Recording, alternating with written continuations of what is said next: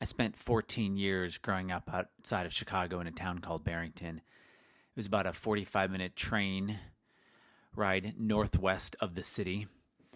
And in that time, one of the things my dad did was he took me to Fermi Lab, or maybe it's called Fermi Labs. I'm not sure.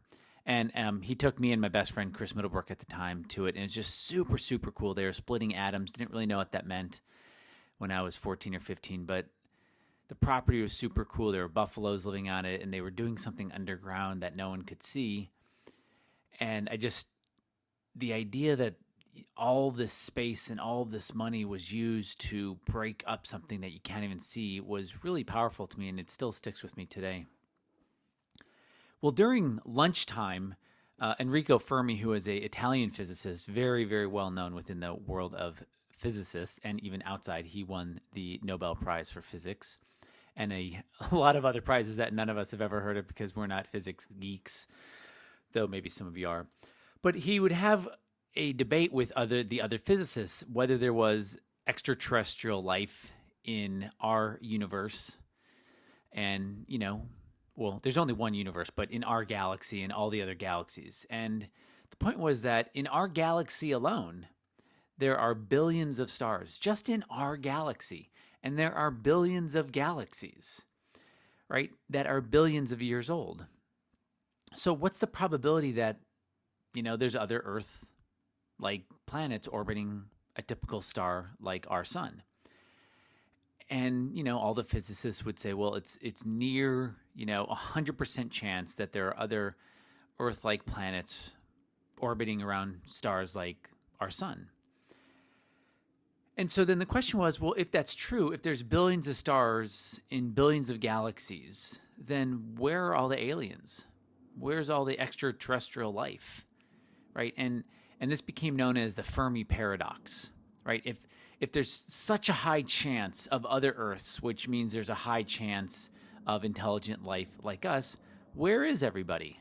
How come we're not being visited by aliens every day, and where are they all? And one of his ideas was there's a certain point where the intelligence of a being is so high, it destroys itself. So in fact, yes, there are billions of stars like the sun in the Milky Way, and there are billions of Milky Ways out there. But there's a certain point where intelligence gets so great that we just destroy ourselves. Now, this is not about physicists or the universe. This is about investing. But the point is, how much intelligence do we need to get something right? And it seems like we've probably surpassed the amount of intelligence we need to grow money in the stock market. Because, there's something very interesting. There is a straightforward way of growing your money, and yet almost no one, including me, makes it easy. And so what I want to do is I want to explore this just for a minute or two and show you 3 charts to prove my point to help you get to where you want to be. Hey everybody, this is RC Peck. I'm just finding my cursor so I can change the screen. And the theme of this weekend's podcast is the free rate of return. I'm so glad you're with me. Yes, I did get a picture of what I believe is a woman running on a beach at sunset to show, hey, I'm free. Look at me running down the beach with my arms spread eagle. But, what is it about humans where the obvious thing in front of them is so hard to see? And I find it really funny and interesting more than anything else, why there are so many books written about Warren Buffett. Now, I get that he's the best investor of the last 50 years of the last century, so let's write a lot of books about him. But what's weird is if you were to ask all the people who bought those books, they'd probably say, well, I want to learn how to invest like Warren Buffett because he's the best. Okay, makes sense, logical sense. But here's the crazy thing, and here's kind of the Fermi paradox of how humans think. There's a ticker symbol, BRKB, that you can just buy. And that's Berkshire Hathaway's ticker symbol. Like, you don't need to learn how to invest like him. You can just buy his ticker symbol and be done with it. And save yourself time. Go play with your grandkids or your kids or learn a new sport or a hobby. But it's so obvious we can't see it. I mean, the Warren Buffett book should be 2 pages. Warren's amazing. Here are all his statistics on 1 page. Step 2, buy BRKB. Now, yes, I know BRKB is a new ticker symbol, only been around for about 20 years. And before that, there was BRKA. But still, you could buy one. You could save up for a year and buy one of those ticker symbols. But it's so obvious people don't do it. So here we are.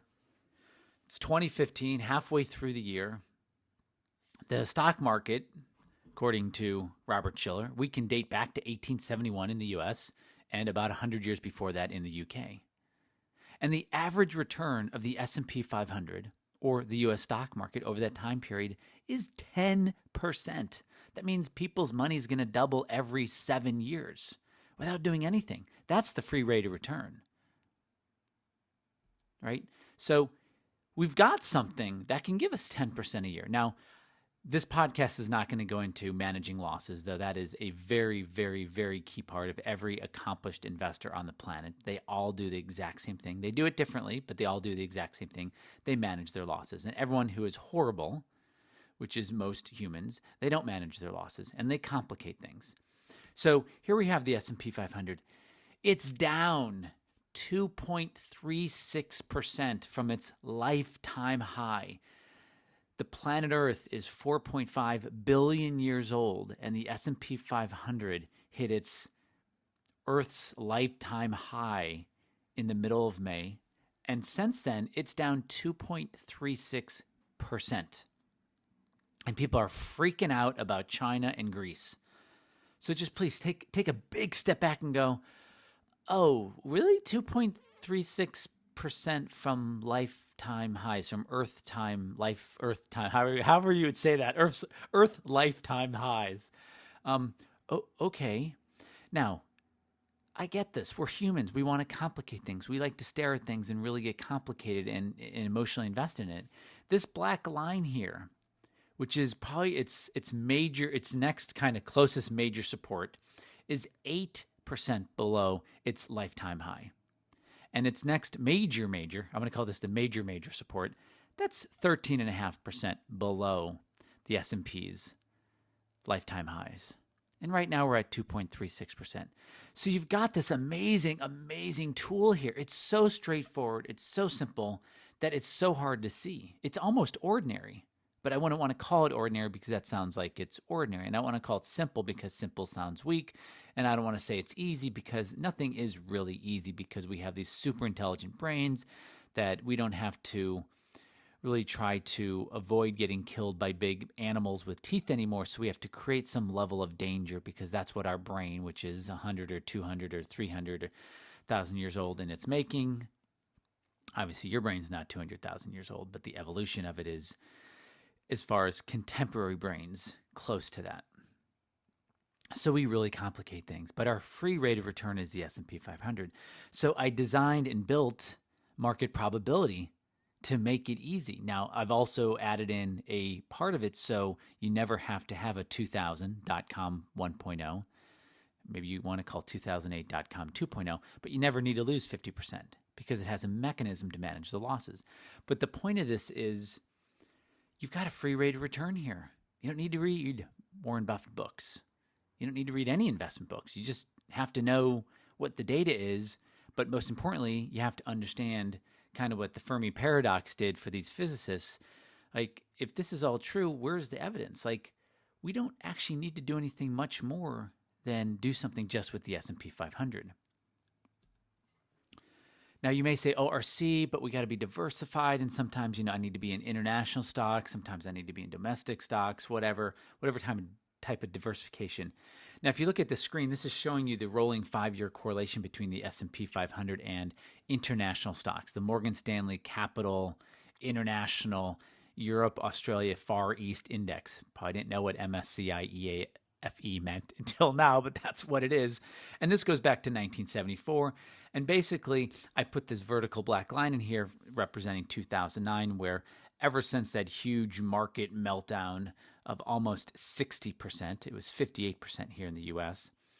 Things are pretty much correlated. When that line is at 1, which would be at the very top, it is 100% correlated. International and domestic stocks are 100% correlated. But you can see that it's basically been moving between 0.85 to 0.93, which is pretty darn correlated. Stocks have never been more correlated as they are today.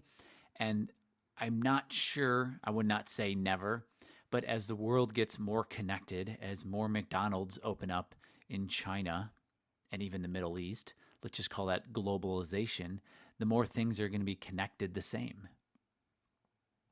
So I have a hard time thinking that even international, diversification, when correlation is so high, what is the point of that? And I got one more chart for you. Your goal is just to get the S&P returns. Now, in another podcast, I'll go into that rate of return of 10%. Depending on how you measure the S&P's returns, you can do it arithmetically, you can do it geometrically, you can do a compound annual return. I'm just doing an average return, which I understand average, it's kind of a fake word, right? But still, you get this average return of 10% over any 20-year period. And if you manage your losses by managing your downside, you can be in the top 1% of all investors on the planet. The stock market beats real estate. The stock market beats commodities. The stock market beats bonds. And all we're left to do is to manage that downside, which is what market probability does. But if you look at the screen here, this is the S&P 500 being compared to the energy sector.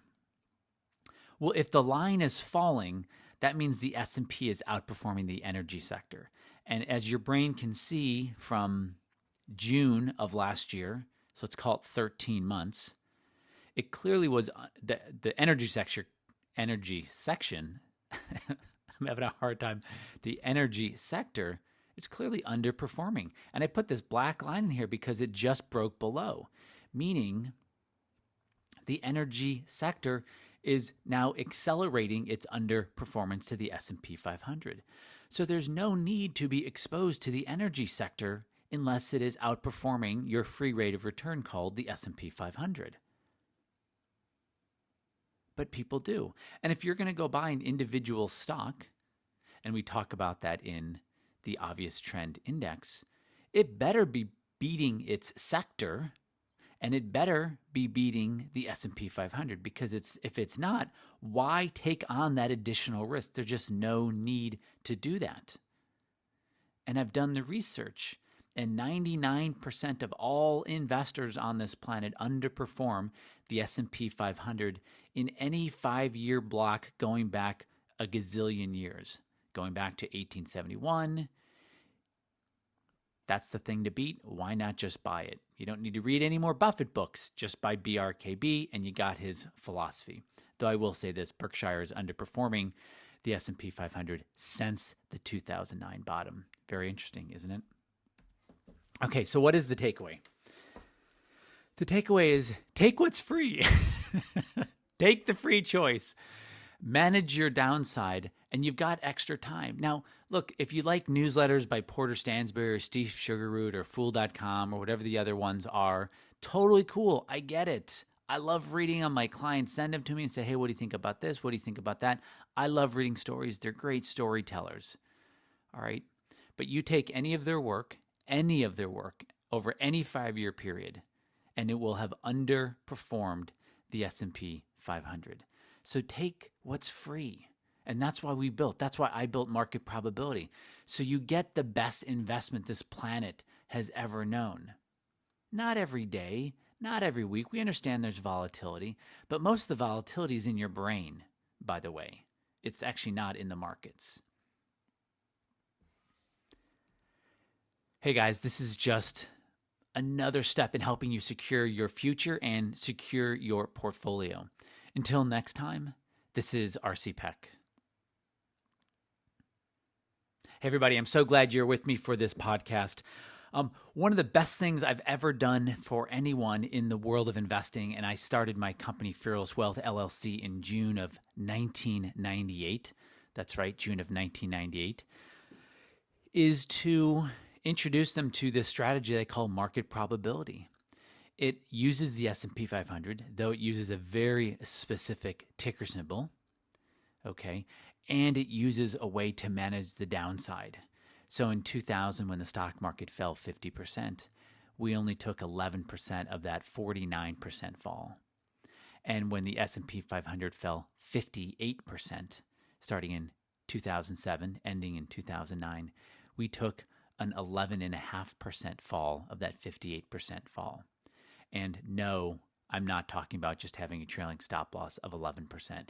It just so happens both of them were right around an 11% loss, while the market continued falling for another 39% or 39%, another 38% in one case, and another 47% in another case. So managing the downside and using this free rate of return in front of you is the key. That's what gets you to getting back control of your future. If you're interested in doing that, I can show you how to do it. And if you just want me to do it for you, I'll do it for you. I've changed my minimums so this is accessible to everyone, and I'll just do it for you. That's what I wanted to do when I started out, and I got kind of reconnected to my purpose of helping everyone get this one part of their life right so they can focus on really being a difference maker in the other parts of their life. It's easy to find out. If you want me to manage your money, just email Patty or me. Patty, Patty, at Fearless Wealth. It's very straightforward. All right, guys. Thanks for listening. I will speak to you soon.